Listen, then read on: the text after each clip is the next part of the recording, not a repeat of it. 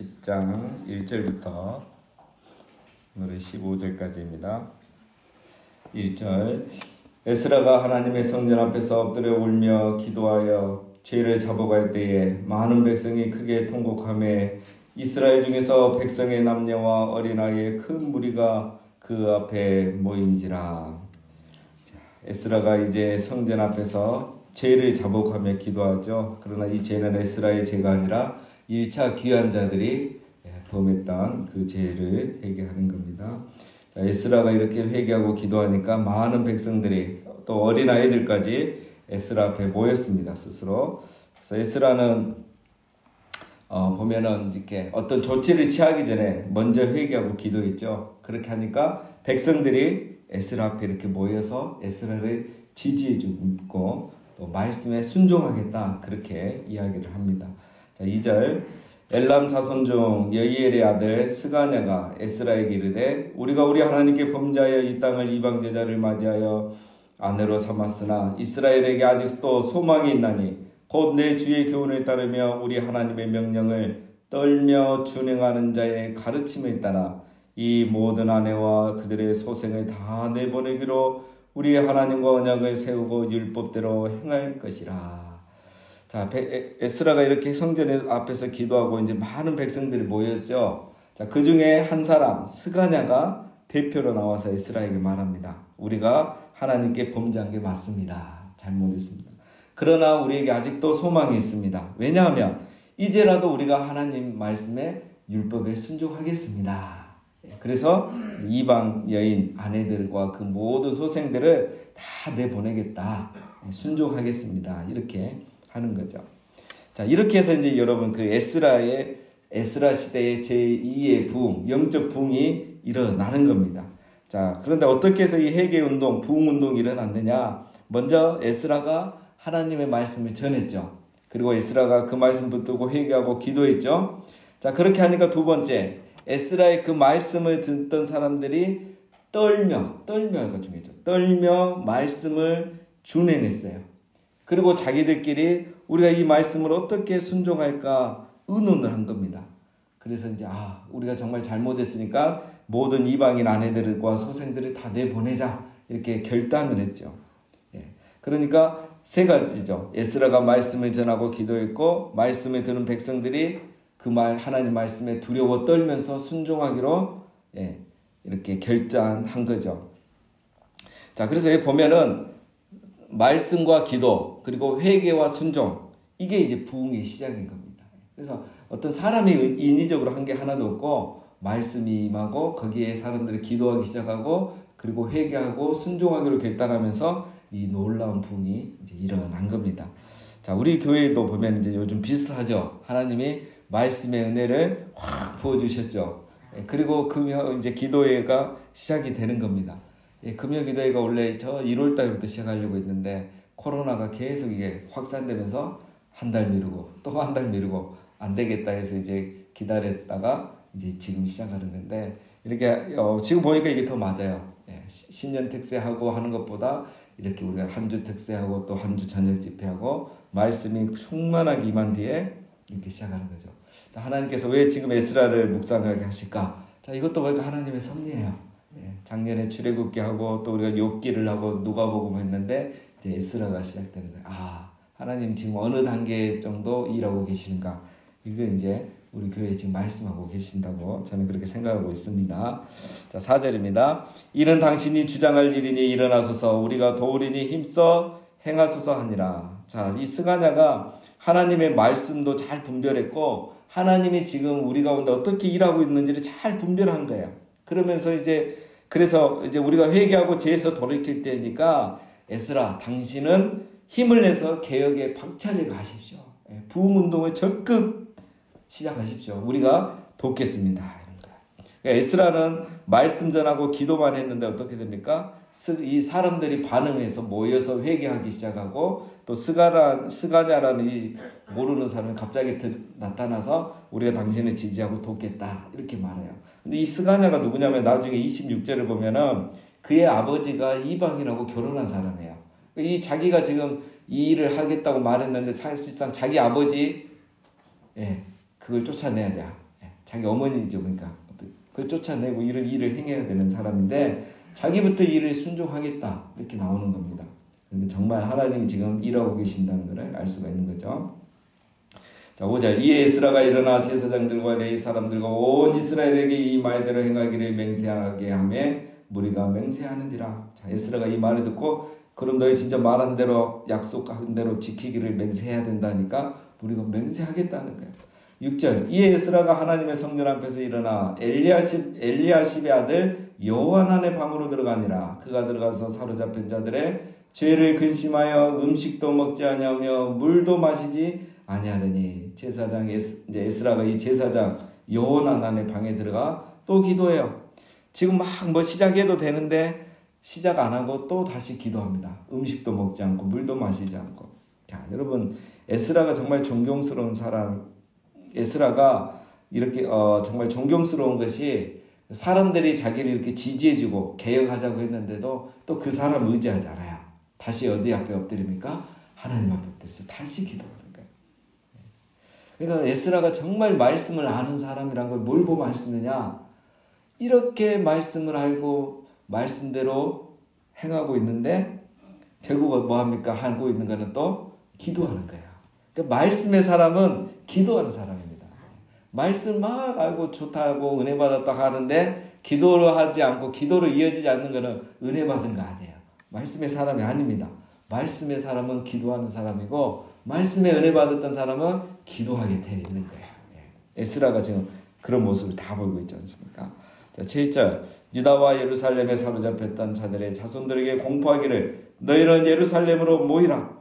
누구든지 방백들과 장로들의 훈시를 따라 3일 내에 오지 않으면 그의 재산을 정몰하고 사로잡혔던 자의 몸에서 쫓아내리라 하매. 개혁이 시작됐습니다. 이제 기도를 시작하고 에스라가 공포하죠. 예루살렘으로 모여라. 단 시간은 3일 주겠다. 3일 내에 오지 않으면 벌을 주겠다. 무슨 벌이냐? 모든 재산을 다 몰수하겠다. 그리고 사로잡혔던 자의 모임에서 다 쫓아내겠다. 자, 이 말은 뭐냐면 이제 귀한 자의 명단에서 삭제하겠다. 이 말은 이제 이스라엘에서 쫓아내겠다. 즉 이방인 취급하는 거죠. 유대인들에게는 최대의 모욕이죠. 유대인 취급 안 하고 이방인 취급하겠다.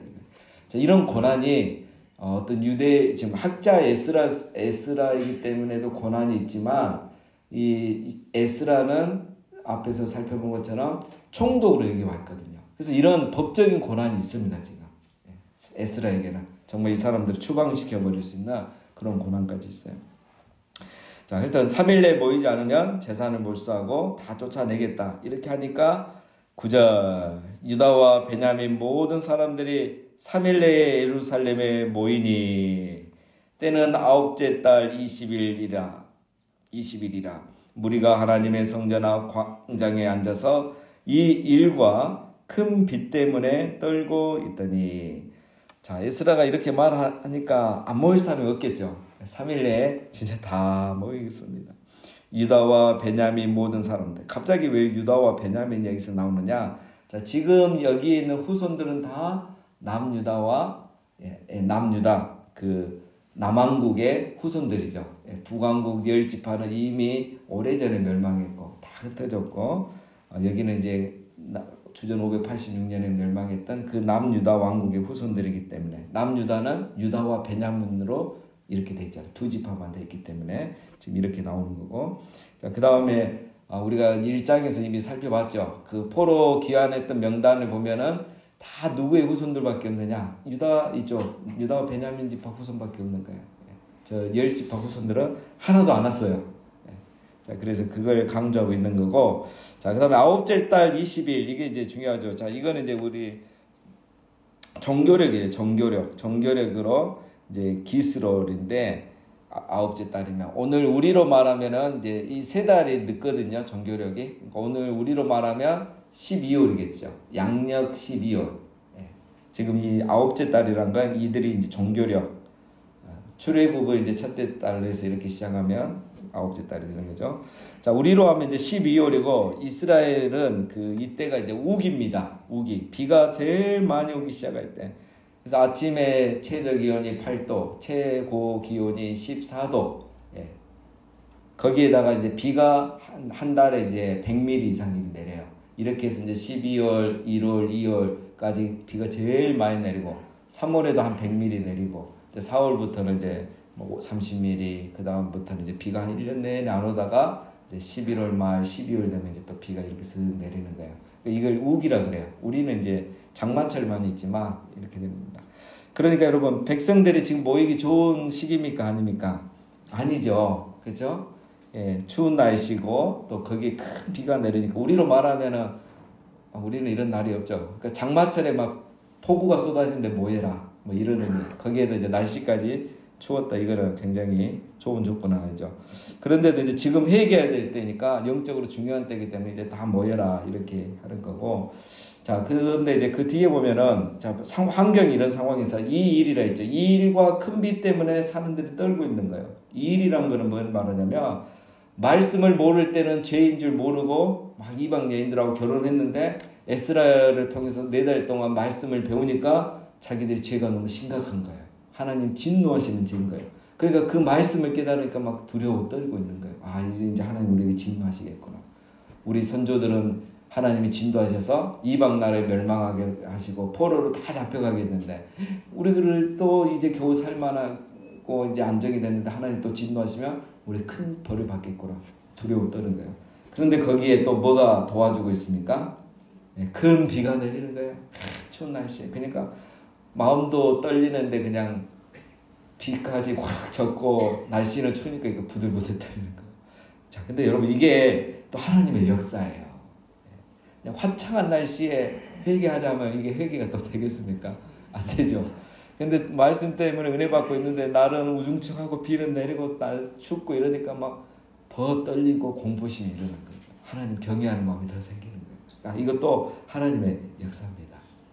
이 역사가 어떻게 일어나냐? 에스라가 기도만 했는데 말씀이 역사하고 또 거기에 큰 비가 내려서 또 도와주는 거예요. 그래서 하나님이 이렇게 몰아가는 거죠, 지금. 예. 누가 이걸 만들었던 것도 아닌데 하나님이 이렇게 만들어가요. 누굴 통해서? 기도의 사람 에스라, 말씀의 사람 에스라를 통해서 하나님 이런 부흥을 일으켜가고 있는 겁니다. 자, 10절. 제사장 에스라가 일어나 그들에게 이르되 너희가 범죄하여 이방 여자를 아내로 삼아 이스라엘의 죄를 더하게 하였으니 이제 너희 조상들의 하나님 앞에서 죄를 자복하고 그의 뜻대로 행하여 그 지방 사람들과 이방 여인을 끊어버리라 하니. 자, 에스라는 이제 그들의 죄를 먼저 말해주고 어떻게 회개해야 되는가를 얘기하죠. 첫 번째, 죄를 자복하라. 하나님, 내가 잘못했습니다. 잘못 결혼했습니다.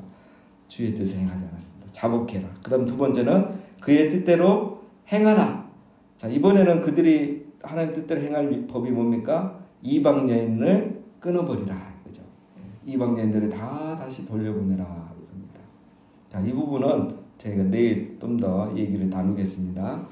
자, 이거를 우리가 지금 그대로 적용할 수는 아니라는 겁니다.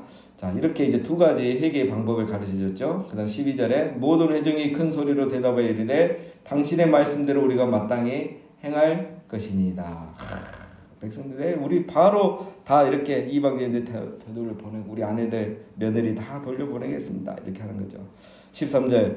그러나 백성이 많고 또 큰 비가 내리는 때니 능히 밖에 서지 못할 것이요 우리가 이 일로 크게 범죄하였은즉 하루 이틀에 할 일이 아니오니 이제 온 회중을 위하여 우리 방백들을 세우고 우리 모든 성읍의 이방 여자에게 장가든 자는 다 기한에 각 코울의 장로들과 재판장과 함께 오게 하여 이 일로 인한 우리 하나님의 진노가 우리에게서 떠나게 하소서 하나.